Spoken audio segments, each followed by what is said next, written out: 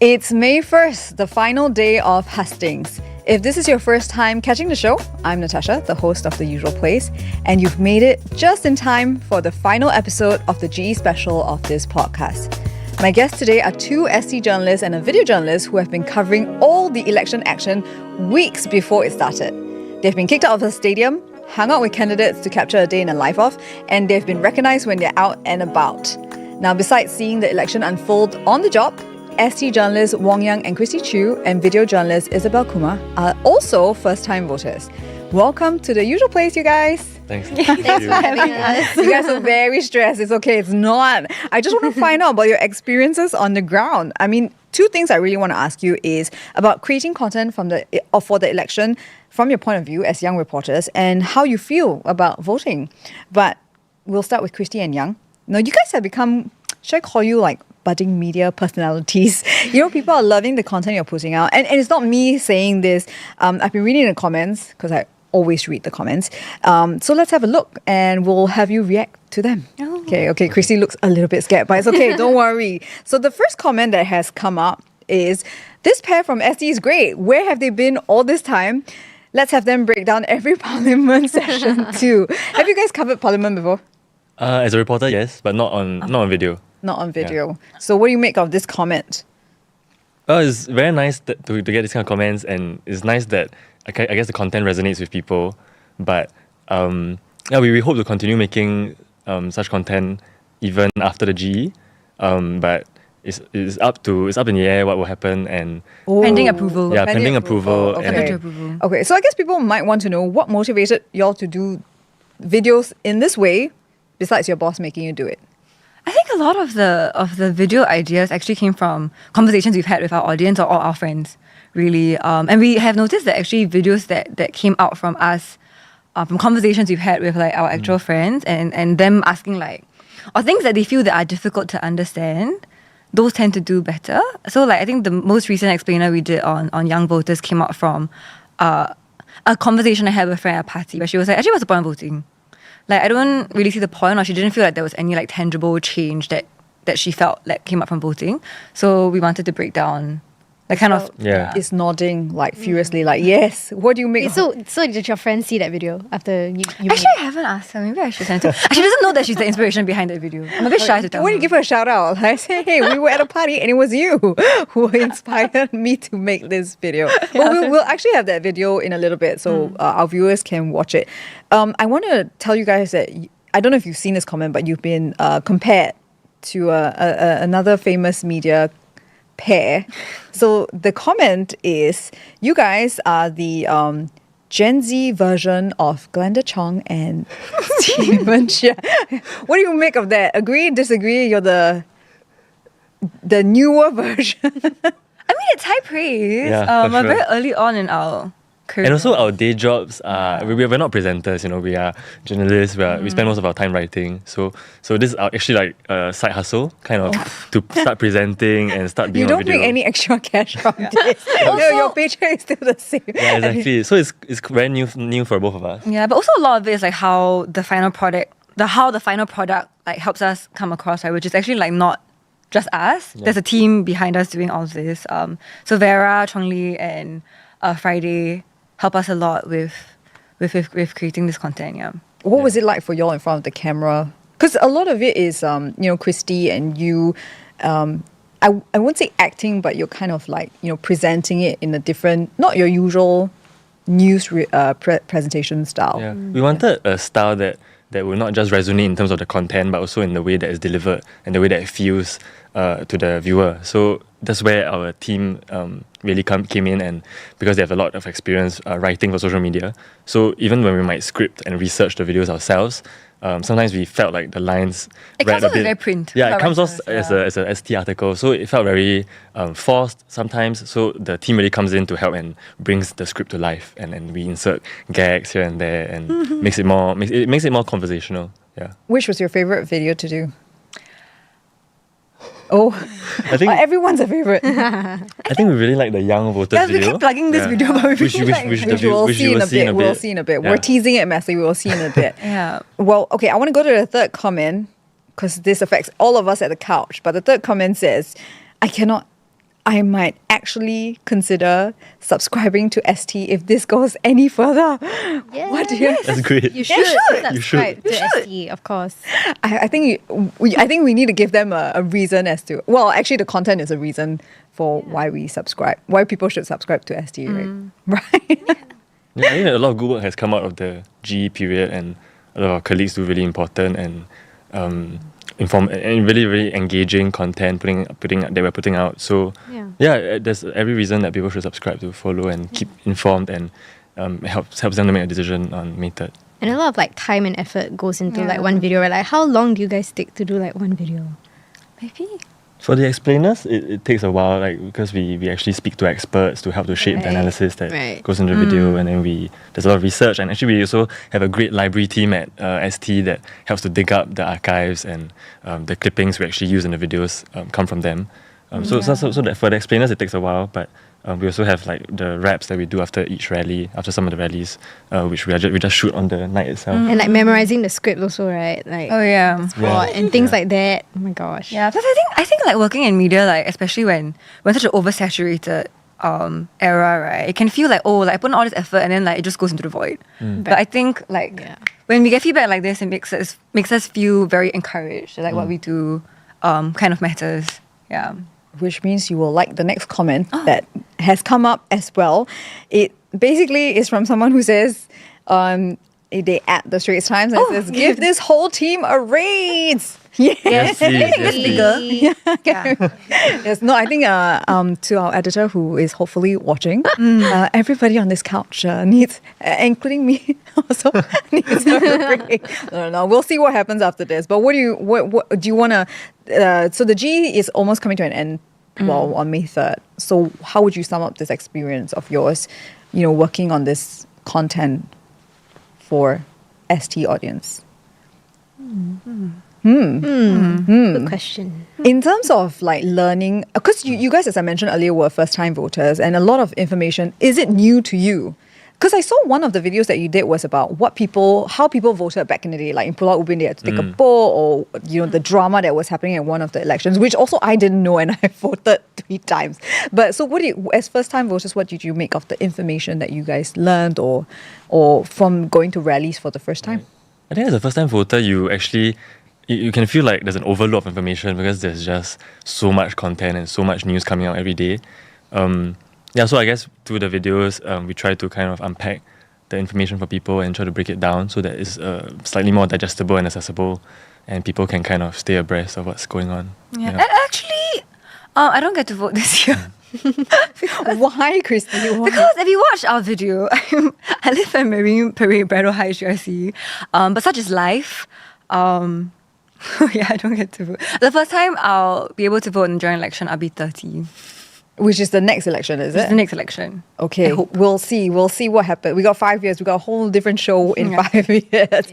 Yeah, but Isabelle, when you are looking, because Yang mentioned the oversaturation of content, what would you say to your peers about picking out what is relevant to them? Because everything is out there, and then you just get bombarded every day. Yeah. But I think before you can even pick out, you need to like educate yourself also, right? So that means like, I think just making informed decisions by like going for rallies, and like I think it's very easy to be in like an echo chamber when you're in like the same social circle, right? Just like hearing like the same opinions from like your friends and families, and like how do you even form your own opinion, especially if you've been growing up in like, in a certain environment. Yeah, so I would say like just go for rallies, guys. Like today there's like 12 rallies. Just go and like just see like what's on the ground, the sentiments. And I think it's very exciting. It's like going for a concert. I would say it's very different from like watching it online versus like going to a rally. So it's just like go for rallies and like. Because you guys have been to, I know that you have been to 5, right? Oh, every other day, something like that, right? And Isabelle, how many? I've only been for 1. 1. Okay, today is the last day you can like get all your rally fix in, right? Because as you mentioned, there's 12. Was there anything that you took away from this? So this is the first time you've ever experienced a rally, because in 2020 it was COVID and there were no physical rallies. So as first-time voters, what was your biggest takeaway from being there in person and listening to candidates and hearing the cheers and seeing the merch? Yeah, I think for one, like I've had never been to a rally before because my family doesn't have that habit. But I think I was just very amazed that, or like surprised that people were not as apathetic as I thought they were. Like, I don't know where the sentiment came from, but I just kind of thought that Singaporeans in general are very apathetic. Or when we care, we care in behind closed doors or in safe spaces or in comment sections. But it was very exciting for me to see like all these very public, impassioned displays of like care for the future of Singapore. And then the Bedok rally was really fun. Yeah, so the Bedok rally on, I can't remember which day it was, but So it's all one long. it was just a few days ago. Chat, It feels like a long time ago. But it was raining, so we were stuck, I think, outside the stadium because the gates hadn't opened yet. But despite the rain, all the supporters or people attending the rally were just out there with their umbrellas and braving the rain. And there was a strange, kind of a communal experience, and people were kind of chanting and asking to be let in, and just being there with everyone felt really nice. I didn't expect to like rallies also because I don't really like crowds. And then Yeah. I used to think that like what you said, like I thought that I can just get the information I need online. Yeah. Yeah, but actually the atmosphere was really exciting. Yeah. It's like that Singaporean spirit, right? Like that camaraderie in that sense, which I didn't expect to feel. Right. Yeah, because like I was just surrounded by like uncles and aunties, mostly. But then they're like super like convicted. And then like every time like a candidate walks out, they're like shouting their name. Then I think just seeing that was like, wow, like I also want to be like with them, and I also want to like shout and cheer. So Plus, like to your earlier point, I think my biggest takeaway is that I think really to truly be an informed voter, it's not just about paying attention during the 9 days of campaigning. It's a lot about like staying educated or like up to date, like throughout the whole 5-year term. Because a lot of times, like in rallies, when they are like going back and forth, a lot of what they are talking about are things that have been debated about in Parliament. And it's hard to like really make sense of it. Like even as someone who works in news, like sometimes I feel like it's not that easy to fully grasp all the details of every single saga that happens, which is where I think like we also come into. But basically, we need to do better, or like continue doing a good job of like making the information as accessible as possible. So I want to talk to Isabelle for a couple of minutes, because you got access to a very popular candidate, the Workers' Party's Alexis Deng, who's running in Punggol GRC. And you also were following a PAP candidate in Tanjong Pagar GRC, Fu Chexiang, who was on this couch a couple of days ago. Before we get into it, let's watch a video. Let's watch a little bit of the videos you've done with them. Okay. I'm with Alexis Deng of the Workers' Party and follow her on a day of campaigning. Where do you guys get your blue shirts from? This is from Sylvia. Oh, this is her shirt, yeah. I didn't realize that black shoes is part of the uniform. So I went home and I found a pair of black shoes that my mom owns. After just, 10-15 minutes of walking, it just like fell apart. This is Fu Chexiang of the People's Action Party, and today I'm going to follow him on a campaign trail. We are at our second block visit right now. I'm super tired. I'm just trailing behind Chexiang, and just look at him. You can hear him before we can see him. Madam Aisha, okay. Hi, Madam Aisha. Good morning. I'm so happy to see you. Saw you obviously in that video with Alexis, because she's super popular, as I mentioned. People have been queuing up in Punggol GRC to wherever she is, right, to see her. Yeah. Did you get a ton of messages after that saying? I think everyone was like jealous of me. It's like I feel like she's very popular, and also because like she's young and she's a new face, and I got to experience that firsthand, like seeing like people queue up to take photos with her. And I think just like having this opportunity to be on the ground with them, right, it really gave me like a different perspective. I think like I was just thinking like I don't think I can be a candidate. Like you have to be like super gracious. Like she was like trying to eat, like even with Chexiang, they're like trying to eat, and then like people were just like stopping them for photos and like just wanting to talk to them all the time. So it was just very interesting to see that perspective, and also to realize that they're also human. Like they're very like down to earth. I think there was this like comment on Alexis's video where she was like using wired headphones, and they're like, wow, like she's so real, like she's so like authentic, she uses wired headphones. Like I love that. So I think people like to see that side of like candidates, right? Because I think sometimes they can seem like a bit far removed when we see them on like the screens and things like that, but no lah, they're actually really like normal everyday people. Okay. My experience. Did y'all watch the video as well with both candidates? Yeah, we saw the one with Alexis and Chexiang. Do you get like a sense of who they are as candidates as well? Yes, I think so. Because like, it just felt like a lot less a lot of a less curated image of them, Yeah. which I and yeah. And I think there's something like really like intimate about being in like, someone's house, right? Right, And yeah, I think, yeah, like, yeah. here's a day in my life. Yeah, correct. And like Ce Xiang also, like, I think like you look at him and you're thinking like, oh, you know, it's just like another new phase. But no, he was like super energetic. He was like running, like sprinting from unit to unit. And I was like honestly trying to keep up with his pace. And I'm like, wow, I don't know how like these candidates do it. Like they really work very hard. And I hope I was able to like translate that in the videos also. Because I think like people just see them as like, I know another candidate running, blah, blah, blah. But no, they actually like really work hard, especially during these days of hustings. Yeah. And how do people react on the ground? I think people were like quite open. I think they were like, okay, so one thing that I thought was interesting is that people are not afraid to like question. They're not afraid to like ask the candidate like, why should I vote for you? Which I thought was like quite surprising because I would think that Singaporeans are usually more like mild-mannered or like they don't like ask questions or maybe they just like ignore the candidate, right? But no, like some of them they were like why should I vote for you? You know, like why are you here? And like who are you? You know, you're a new face. Like why should I vote for you? So they weren't afraid of like asking hard questions and like I guess that puts the candidates on the spot. But I mean that's what campaigning is for, so yeah. So all three of you have been covering the election every single day, but at the same time, you're also experiencing it as journalists, but also as first-time voters, right? I know, Christie, you said you can't vote, but yet you powered through to make this video about voting with Young. So let's have a watch and listen to it. I think I'm not going to vote this year. Huh? Why? People always say your vote matters, but does it actually? Of course it does. Just look at my licensed adopted cat. One of the reasons I can keep Luna is because of MP Louis Ng's decade-long push in Parliament to lift the ban on owning cats in HDB flats. If people hadn't elected him into Parliament, then the issue might not have gotten the attention it deserved. Oh. Opposition MPs have also raised important issues. They've called for payouts for retrenched workers for several years now. Oh yeah, this year the government launched this scheme to give temporary financial support to jobless Singaporeans. You can also use your vote to leave your review on what the government has done, which can lead to changes in Parliament. Oh, you mean like in 2020, when the PAP's vote share dropped? Yeah, political scientists think voters were signalling that they wanted more political diversity. This led the government to create the leader of the opposition role, which had never been done before. Basically, your vote could be the one to tip the scales, especially in tight races. Back in 2011, the PAP Sito Ipin beat SPP candidate Lina Chiam in Potong Pasir by just 114 votes. Remember? Wow, that's less than the number of people living in a HDB block. If you're young, you make up almost half of the voters in these areas, so your choice matters. I guess I'll go and vote. See you at the polls. You guys are so cute. Is that really you at 11? Was that a photo of you at 11? That was. Technically, you're not 11. Technically, I wasn't 11, but because my birthday's in June, I think that photo was like May or something. Then technically, I would have been 10 lah.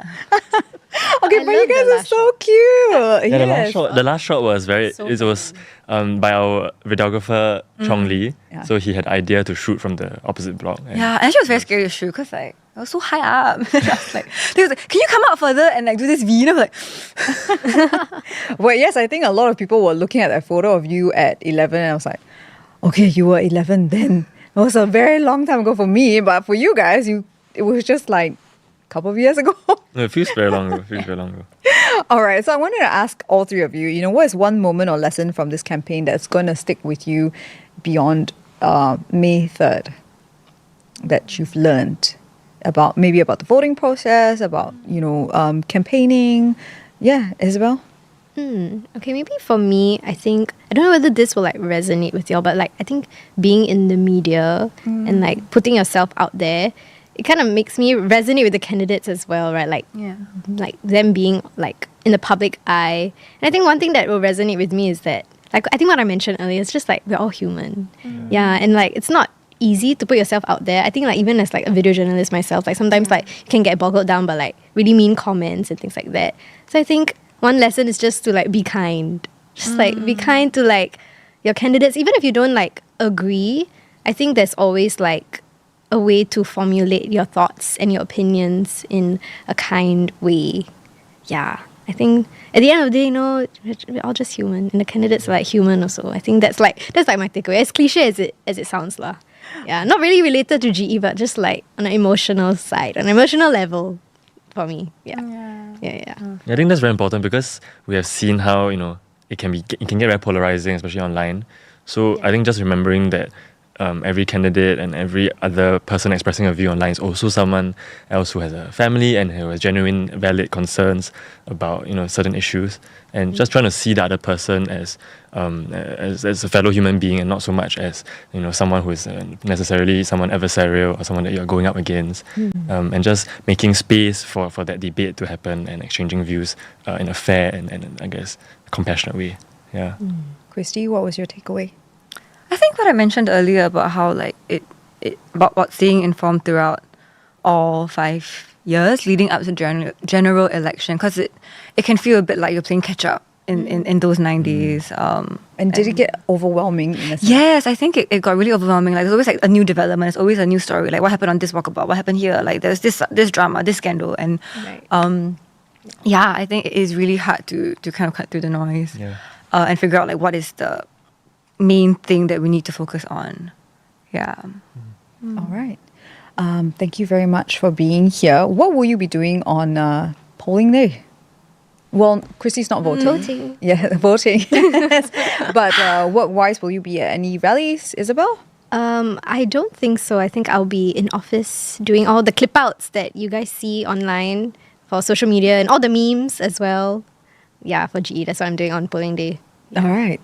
Yang and Christie, will you be creating more videos? I think we're going back to our day job. The job. Yeah, the day job. and we're gonna be at the polling centers, things, and All right. It's back to life as usual. So after May 3rd. But thank you very much for being here and sharing your point of view of, experiencing the GE as reporters and first-time voters. Thank you very for much. having us. It's cooling off day tomorrow, but on May 3rd, Singapore goes to the polls. I'll be back on polling day at 7:50 p.m. with my co-host Olivia Quay to take you through the results of GE 2025. We'll also discuss the election with 3 panelists who will break down how things unfolded in key GRCs and SMCs and what it all means. So, for now, it's a wrap on the special run of The Usual Place. And I'm legit sad that this is the last episode of the GE series. It's been a long 9 days, but I've loved bringing you on for the ride. And a big thank you to all the guests who have dropped by the couch on The Usual Place, and for you for spending your lunchtime with me. I'll see you again at The Usual Place when we're back to regular programming. See you! bye.